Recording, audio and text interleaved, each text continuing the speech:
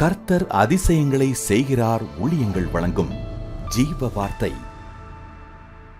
இந்த நாளுக்காக கர்த்தருடைய ஊழியக்காக நன்றி செலுத்துகிறேன். உங்களை சந்திப்பதில் கர்த்தருக்குள் பெருமகிழ்ச்சி அடைகிறேன். ஏசப்பா இதுவரையில் செய்திருக்கிற நன்மைகளை நினைத்து ஆண்டவருக்கு நன்றி செலுத்துங்க. இன்னும் அற்புதத்தை செய்வார். எல்லாவற்றையும் அவர் உங்களுக்கு செய்து முடிப்பார். இந்த மாதம் பெரிய பெரிய காரியங்களை நீங்கள் நிச்சயமாக பார்ப்பீங்க. அதிசயங்களை பார்ப்பீங்க. பண்டிகை நாட்கள் நெருங்கி கொண்டிருக்கிறது அல்லவா? கர்த்தர் உங்களோடு கூட இருப்பார். இந்த பூமியிலே தேவகுமாரன் அவதரித்த நாளாகிய கிறிஸ்து பிறப்பு பண்டிகை காலங்களில் கர்த்தர் பெரிய காரியங்களை உங்களுக்கு நிச்சயமாய் செய்வார். சோர்ந்து போக வேண்டாம். இந்த நாளின் ஜீவார்த்தைக்கான வசனம் சங்கீதம் 22, 7-8 வசனங்கள். என்னை பார்க்கிறவர்கள் எல்லாரும் என்னை பரியாசம் பண்ணி உதட்டை பிதுக்கி தலையை துலுக்கி கர்த்தர் மேல் நம்பிக்கையாய் இருந்தானே, அவர் இவனை விடுவிக்கட்டும், இவன் மேல் பிரியமாய் இருக்கிறாரே, இப்பொழுது இவனை மீட்டு விடட்டும் என்கிறார்கள். கர்த்தர் மேல் நம்பிக்கையாய் இருந்தானே, அவர் இவனை விடுவிக்கட்டும். பார்த்தீங்களா? இந்த வார்த்தை எப்போ சொல்கிறாங்க மக்கள்?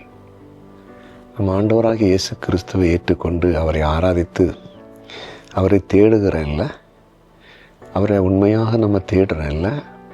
இப்போ நமக்கு ஏதாவது ஒரு பிரச்சனை நெருக்கம் வந்த உடனே நம்ம சுற்றி ஒரு கூட்டம் இருக்கும் பாருங்கள். எப்படிப்பட்ட கூட்டம்? அதாவது தேவனை தேடாத கூட்டம், பேருக்கு ஆண்டவரை தேடுற கூட்டம். நம்மளை பார்த்து கேட்கும், இவ்வளோ பெருசாக ஆண்டவரை தேடுற நம்பி இருந்தேன், ஒன்று ஆண்டவர் விடுவிச்சிட்டாரா? விடுவிச்சு பார்க்கட்டுமே அப்படின்னு சொல்லுவாங்க. இது நம்முடைய இருதயத்தை ரொம்ப உருவ குத்துற மாதிரி இருக்கும். ஆனால் ஒன்று மட்டும் நீங்கள் புரிஞ்சுடுங்க, கர்த்தர் இந்த இடத்துல கைவிடவே மாட்டார். இன்னைக்கு நீங்கள் இந்த அனுபவத்தில் இருக்கலாம். ஏசப்பா ஏசப்பா ஏசப்பான்னு சொல்கிறியே, பக்கத்தில் அவர் சர்ச்சை இல்லாமல் இவ்வளோ தூரத்தில் போகிற, 24 hours பைபிளும் கையுமா இருக்கிற, எல்லாருக்கும் இயேசுவை பற்றி சொல்கிறேன். உனக்கு இந்த பிரச்சனை வந்திருக்குல்ல, நோய் வந்திருக்குல்ல, கஷ்டம் வந்திருக்குல்ல, பிள்ளைங்க இப்படி நடக்கிறாங்கல்ல, உனக்கு விடுதலை ஆண்டவர் தராருன்னு பார்ப்போம் அப்படின்னு பேசிக்கொண்டே இருக்கலாம். கஷ்டப்பட்டுட்டு இருக்கிறீங்களா? இயேசப்பா உங்களை விடுவிப்பார். இப்படி பேசுகிற மக்கள் மத்தியில் நீங்கள் கண்ணீரோடு இருக்கிற உங்களை பார்த்து உங்களுக்கு விடுதலை தரதான் போகிறார். சரியா? என்ன செய்வார் தெரியுமா? ஒன்று விடுதலை உங்களுக்கு தருவார். ரெண்டாவது உங்களை நிந்திக்கிற இப்படிப்பட்ட வார்த்தையை பேசிகிட்டு இருக்காங்கல்ல, உங்கள் ஆண்டவர் விடுவிக்கட்டும் பார்ப்பேன்னு அவங்களுக்கு ஒரு நாள் கஷ்டம் வரதான் போகுது. அப்போ அவங்க உங்களை தேடி வர போகிறாங்க. அதனால் பயப்படாதீங்க, அற்புதம் நடக்க போகுது. ஜெபிப்போமா? ஜெபிக்கலாம்.